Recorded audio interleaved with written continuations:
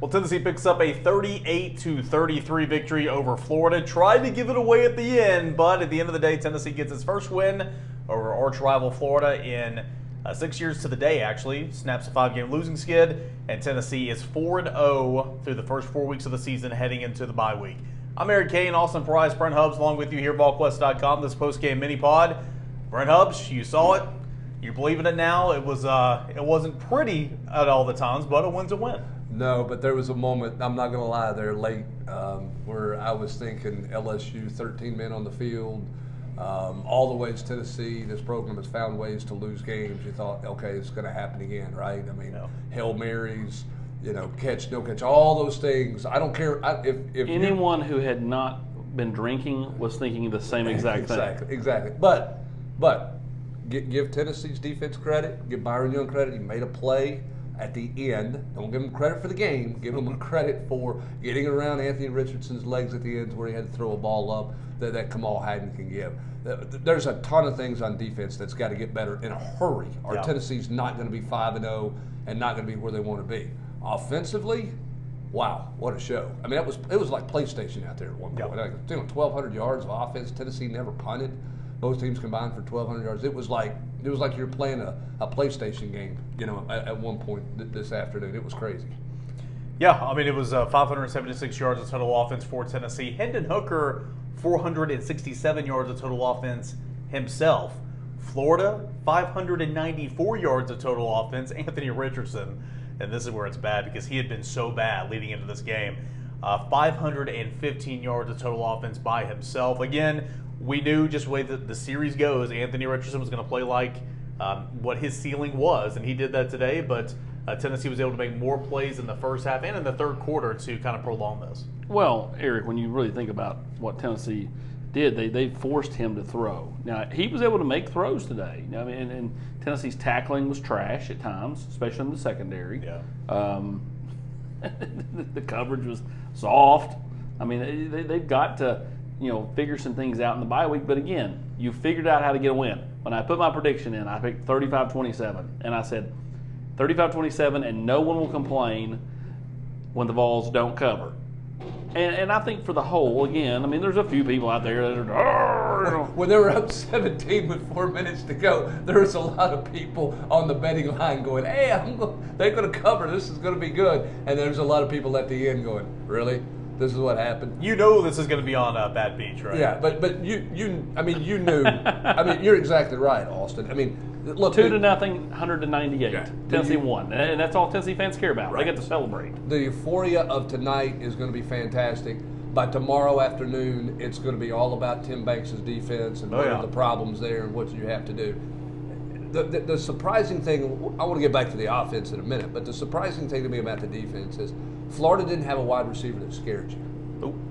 And Tennessee yet was playing so off in their coverage. And when they played in zone, their zone drops were so bad from the standpoint they created these large windows for Anthony Richardson to throw the football in. They made it easy for a guy who's not very accurate to throw the football because he didn't have to squeeze it in tight windows because Tennessee was. And when he did, he was still just what he was. Yeah, but, I mean, right. But they weren't tight enough. I mean, they have got to. I could have completed some of the passes. Right. They have got to tighten some things up in the secondary. They need to get D. Williams healthy. Yeah. Whatever that takes. And whatever that takes. And I'm going to tell you something. They need to get Warren Burrell in the fight. 100%. You had a point in time where you had Turnage and Rucker on the field at the same time. So I'm not saying Kamal hadn't had a good game because he didn't. But I mean, you're in a situation now to where you're thin, but also you need some experience, and that's what Warren Burrell is. Well, here's the other thing too. If you're Willie Martinez and you're Tim Banks, if you're not going to rotate at safety, and Danico Slaughter's not going to play any snaps for you on defense, do you take this bye week and rep him at corner the entire week just to try to create some depth for you there to get ready to go to LSU? He's a non-factor for you in the secondary right now at safety. You're not going to play him there. Yep. Okay, he's behind multiple guys. It's very obvious. They're going to play Jalen McCullough, Trayvon Flowers every snap unless they're hurt. Don't you look at Danico Slaughter, who's played some nickel, who's played some corner, and just see what you can develop there to try to create some depth at that position? Because they just don't have any answers there right now. And And Kamal Hadden didn't play very well. He's the one guy you've really been able to count on through 3 games, and he tackled so poorly. The first touchdown by Florida, I mean, He's just trying to knock the ball out. yeah, I mean, again, I get doing that That's maybe after he missed a tackle initially too. Yeah, I'm all for trying to rip the ball out, but at the end of the day, if you can't do that, you better get them on the ground. And so, I mean, I'm with you. You know, I thought going into the season it would be Tennessee's safeties that would hurt them the most, just because they're not the most fleet of foot. But it's been the corners, and it's not even close. And you know, you hate to say it, but I mean, you know, Warren Burrell was missed today, in my opinion. Yeah. I mean, they had to turn to guys that have not played very much football. I mean, Deshaun Rucker. I mean, outside of some trash time and a couple of blowouts, I mean, he was forced into the game at the Music City Bowl. You know, and again, that's just learning. I mean, getting better, and you know, getting older, getting better. I mean, Latrell Bumpus makes plays now that he didn't make 3 years ago. Ramel Keaton made plays today that he don't make 2 years ago. It's why kids have to stick in there. Everybody wants to just run and go to the portal when they don't play. So somebody like Deshaun Rucker, if he'll just stay patient, you just never know what a guy's going to turn into. Because, you know, this program the last 2 years has shown multiple times older guys that I think all 3 of us had probably written off at some point or another. Ramel Keaton today. Yeah. I joked in the box. I said somebody needs to create the Ramel Keaton meme and put his head on Will Smith. And except for it's keep my wife's name. Keep my name out your mouth. No joke. Because, I mean, like, he was really good. And that, I mean, obviously the diving catch was just spectacular, but he was good other than that. I mean, Well, he had a nice catch and run over there for a first down. Jalen Hyatt, look at the development he's had. Right. And I get part of it's mindset, but it's also development. Yeah, well, Rodney Garner's getting out of those defensive linemen go. That's is the where I was perfect example. Everybody thought, oh, this is going to be a weak part. Dude, Tennessee's, I mean, like outside of that one bust against Pittsburgh, there's nobody really ran on Tennessee this year. They've done a really good job with some unheralded guys. DJ Terry today, I thought, had some plays. You know, Bryson Eason's giving them something. Tyree West is starting to get in there on that Rabbits package.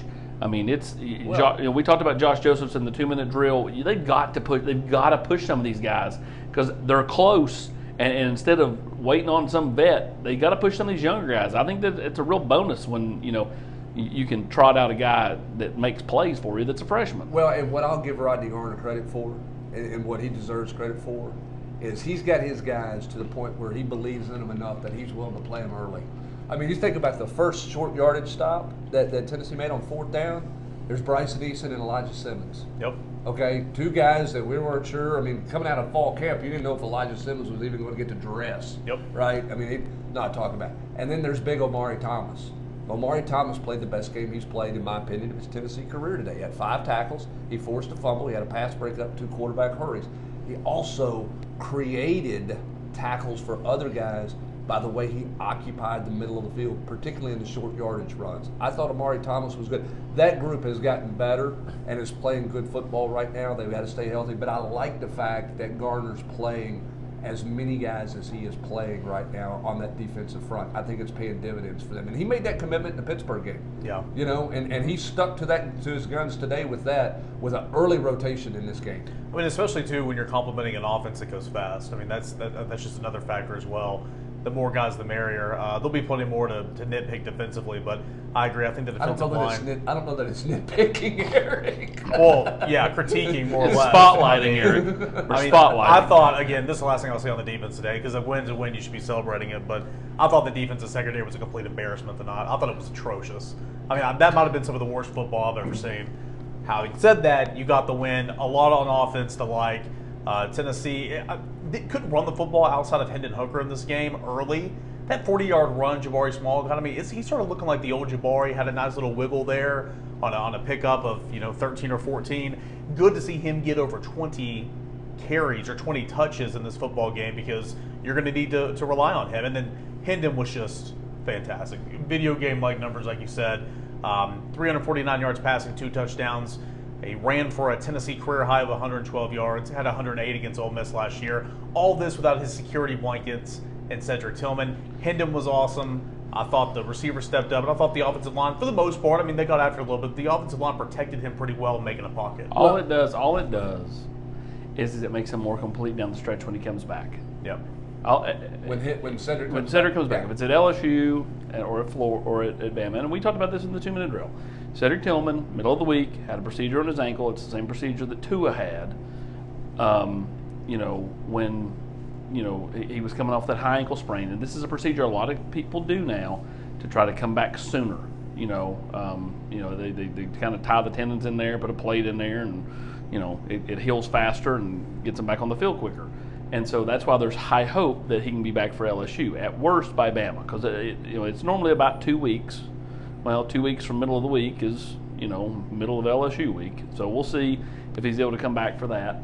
But I just think when he does come back, it just makes the offense more complete. It gives them more weapons, and not that they need any. You talked about him being able to scheme up guys, scheming up me getting open, and my 5'7" 40. Add Dylan Sampson to that mix in a couple of weeks if he's able to get back off the ankle sprain.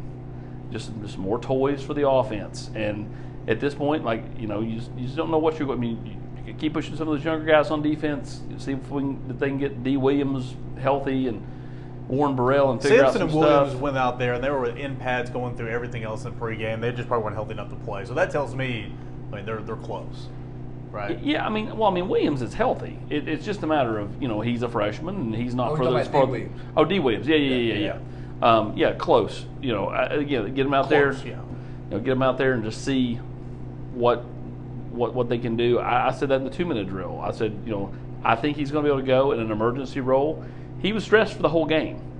I think in an emergency role, they would have turned to Dylan Sampson. You were pretty close to an emergency here tonight. I'm not going to lie to you. Yeah, but you were. Look, Jalen Wright's hung in there. And obviously Jabari's small shoulder held up. And Hendon Hooker was great. The only concern I get with Hendon is the hits that he takes. Yeah. You got to be careful how much you run him. So you need to continue to grow the run game with your running backs. But I'll say this: there are going to be a lot of people talking about Hendon Hooker, and rightfully so. He played well. There are going to be a lot of people talking about Brew McCoy, rightfully so. He played well. Give a shout out here to Josh Heupel and to Alex Golish.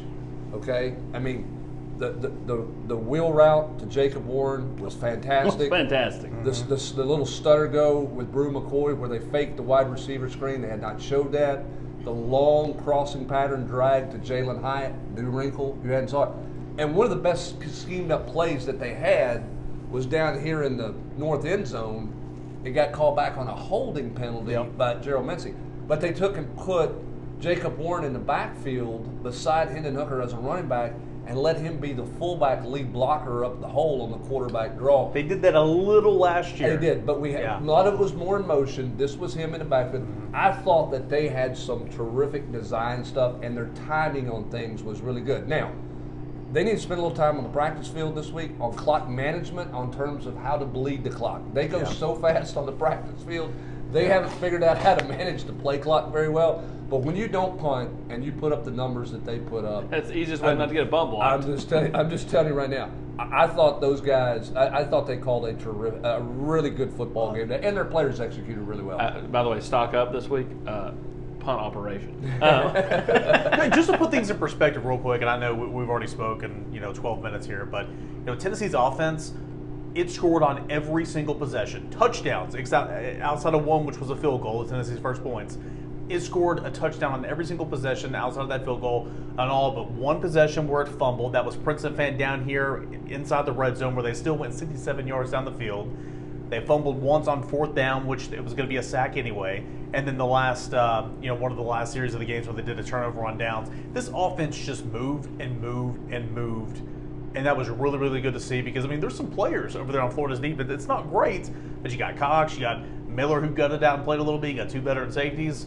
This offense, I think, built a whole lot of confidence, and hopefully that defense can just kind of pick it up a little bit moving forward. Well, and look, Trayvon Flowers should have fielded the punt and not let it roll to the 1. Yep. To go 99 yards there and to take the lead at the half was just a swift kick in the for the Florida Gators going into the locker room.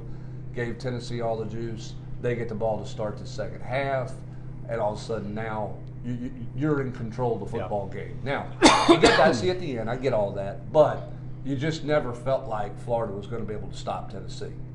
Every drive they got stopped, Tennessee stopped themselves. Yep. It won't be that way against everybody they play. Okay, they're good. They're better defenses coming, but again, the continued creativity, regardless of who your personnel is, goes. And then you've got a couple guys who've made some plays that you didn't think would make plays, and then you got more toys, as Austin's talking about. But I mean, there's no reason why, if Brew McCoy or Cedric Tillman, who's back healthy, taps out and says, I need a break, that you have any reservation about putting Ramel Keaton in right now. Yep, right now.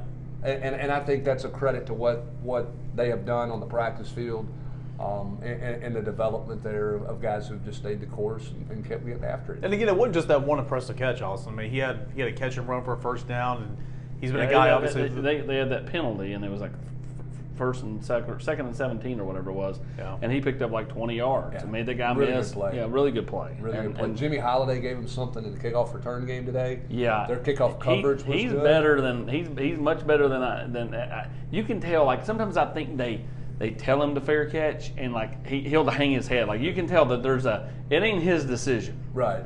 To not return it, because I think he's got some confidence back there. You could also tell he's 100% a kick returner and not much. Like I'm not talking about his receiver, but he is a catch and go straight. He's a straight line guy. There's not wiggle there, but that's what you need out of a kickoff return. That's people have asked, why is he not in the punt return competition? It's a different type of game. You got to have courage coming out of that goal line, 100 miles an hour straight ahead, and believing that hole's going to be there where it's designed to go. And he's a straight line go. Bayless is just a special guy. He can do both, obviously. And well, even Bayless, he wasn't a punt returner until last year. I don't want to doubt Trayvon's confidence, but I wondered on that one, if it was like after the Pitt game, I'm just going to let this fall. We're in the spot where we're going to get the ball back. Let's not do anything that potentially could cost us the ball. Ran through my mind too. That was one of those deals where he was a little bit didn't have a ton of confidence in that deal. But again, listen. We nitpick this, nitpick that, praise these guys. The fact of the matter is they won. They won the football game, regardless. Like you said, 2-0, 100-0. This is a program who has struggled to find ways to beat teams like this, put teams away. Yeah, they could have done a million things different down the stretch. I get all that. We won't talk about it. But the fact of the matter is, that team that has found every way to beat you sideways for the last 18 years, 17 years. You found a way today to beat them, okay? And that goes something for, I mean, Tennessee's got 2 wins where they've found ways to win in different ways. Today, the offense had to score every time they got the ball. Yep. At Pittsburgh, it was the defense helping out an offense who couldn't find a way to score. Complementary football, winning ugly, winning pretty, all of those things all factor in. Now, as Philip Fulmer told his team every time that they won this game, which wasn't a lot, I know, but he told them this in '98, what are you going to do with it? Is this your high water mark? Or are you going to go back to work in the open day, get better, and see what you can do the rest of the way here? Open day comes in a great time. Tennessee will have 2 weeks to get everyone healthy. There will be a 2-week build towards LSU. This is huge for everybody. It's huge for the program. It's huge for the fans. It's huge for Tennessee's collective trying to raise money for NIL. It's huge for Knoxville. It's huge for Volquest as we transition to the On3 network. Yep. It's big for everybody that covers this program, and so or watches this program. So just a big deal. A 2-week build to that LSU game, and an LSU team that defensively. Still has some guys. Offensively, they don't score a lot of points. So how much can Tennessee scheme up against LSU down there? I'm interested to see the game time. Everybody expects Alabama to be at 8 o'clock. Well, if they're doing a doubleheader that day, the second best game would be Tennessee LSU. If Tennessee LSU is at 3:30 and not night, it's a big win for the Vols, in my opinion. Yeah. Because playing at night and playing at 3:30 gives them 4 extra hours down there on the bayou to get a little bit more sauced. So I think that's a big win. And depending on what happens between now and then for LSU too, where's their mood of their fan base? Yeah, and for those of you looking to make schedule plans, I would tentatively look at Tennessee, Alabama, 3:30 in Knoxville. Yeah. I think CBS would like to come back for another one here. Well, I think CBS will spend a lot of time with Tennessee the rest of the year because, one, they get high ratings with the Vols. So I think, when it's not up against a premier game from the West, I think that CBS is going to opt for Tennessee quite a bit. So it'll be interesting to see how it all plays out. The end of October, it'll be, Florida, Georgia. I'm sure Tennessee, Kentucky will be a night game. But, this is a real opportunity for Tennessee to take that spotlight, shine upon them today with recruiting, national spotlight, college game day, all that, and build upon it as a football program. Tennessee's getting more mature as a football team, no doubt about it. 38-33 the win over rival Florida, snapping a 5-game losing skid, winning for the first time in 6 years on the day. The last time college game day was here in town, and Tennessee gets it done, 38-33. We've got tons and tons of recap coverage on the front page of the website, Volquest.com, and on the General's Quarters. So be sure to download that. Plenty of coverage coming up tomorrow. A lot of recruiting tidbits throughout the week as well, as Tennessee has 2 official visitors and so many unofficials for the class of 2024 and 2025. So for Austin Price, Brett Hubbs, I'm Eric Kane. Tennessee a 38-33 winner over Florida here on this Saturday night.